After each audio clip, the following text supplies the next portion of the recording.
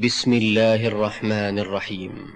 وما أرسلنا قبلك إلا رجالا نوحي إليهم فاسألوا أهل الذكر إن كنتم لا تعلمون۔ السلام علیکم ورحمۃ اللہ وبرکاتہ۔ محترم ناظرین، آپ کے مسائل اور ان کا حل کتاب ہم پڑھ رہے ہیں، اور اس میں کتاب الطہارہ میں آج ہمارے سامنے جو تیسرا سوال آتا ہے وہ ٹخنوں سے نیچے شلوار لٹکانے کے حوالے سے ہے۔ سوال کیا گیا ہے کہ وضو کرنے کے بعد اگر شلوار ٹخنوں سے نیچے چلی جائے تو کیا اس سے وضو ٹوٹ جاتا ہے؟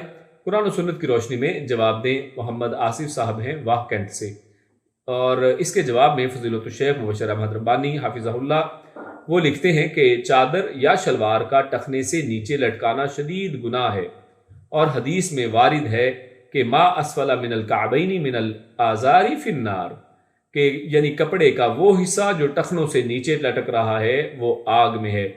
اور ایک حدیث میں آتا ہے جسے ابو داؤد 282 کتاب اللباس میں روایت کیا گیا ہے، جس کا ترجمہ کچھ یوں ہے کہ جو شخص اپنا کپڑا غرور اور تکبر سے لٹکائے گا اللہ تعالیٰ قیامت کے دن اس کی طرف نظر نہیں کرے گا۔ اسی طرح حدیث میں آتا ہے کہ ابو بکر صدیق رضی اللہ تعالیٰ عنہ نے اپنی چادر کے ڈھلکنے کا ذکر نبی کریم صلی اللہ علیہ وسلم سے فرمایا۔ آپ صلی اللہ علیہ وسلم نے ارشاد فرمایا انک لست ممن یصنع ذلک خیلا۔ سنن نسائی میں اس حدیث کو 2354 پر لایا گیا ہے، اور جس کا ترجمہ کچھ یوں ہے کہ ابو بکر صدیق انہوں نے فرمایا کہ تو ان لوگوں میں سے نہیں جو اس فعل کو تکبر سے کرتے ہیں۔ اور یہ بھی یاد رہے کہ آپ صلی اللہ علیہ وسلم نے کپڑے کا ٹخنوں سے نیچے جانے کو فرمایا فَإِنَّهَا مِنَ الْمَخِيلَةِ، نسائی میں جیسے یہ الفاظ آئے ہیں یہ تکبر سے ہے۔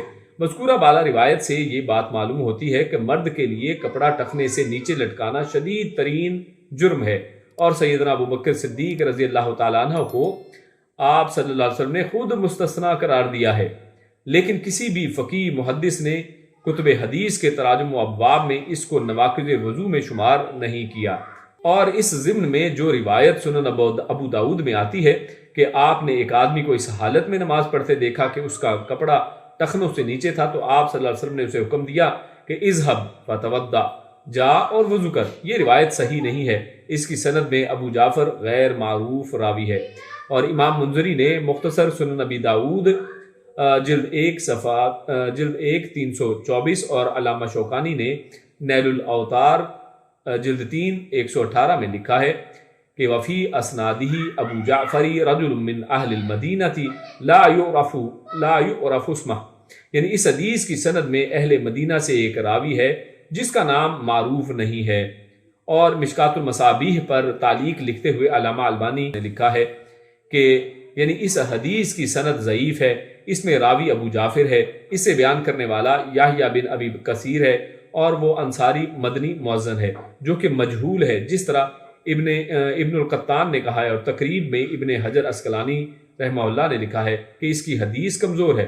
علامہ البانی حافظہ اللہ کہتے ہیں کہ جس نے اس حدیث کی سند کو صحیح قرار دیا ہے اسے وہم ہوا ہے، لہٰذا جب یہ روایت کمزور ہے اور کسی محدث نے اسے نواقض وضو میں شمار نہیں کیا، یعنی وضو کو توڑنے والی جو چیزیں ہیں ان میں شمار نہیں کیا، تو جس آدمی کا کپڑا ٹخنوں سے نیچے ہو جائے اس کا وضو نہیں ٹوٹتا، البتہ یہ جرم ضرور ہوگا جس کی وعید احادیث میں ذکر ہوئی ہے۔ اسی پر اس سوال کا جواب اختتام پذیر ہوا۔ انشاءاللہ اگلی نشست میں آپ کے سامنے ایک نئے سوال کے ساتھ پیش ہوں گے۔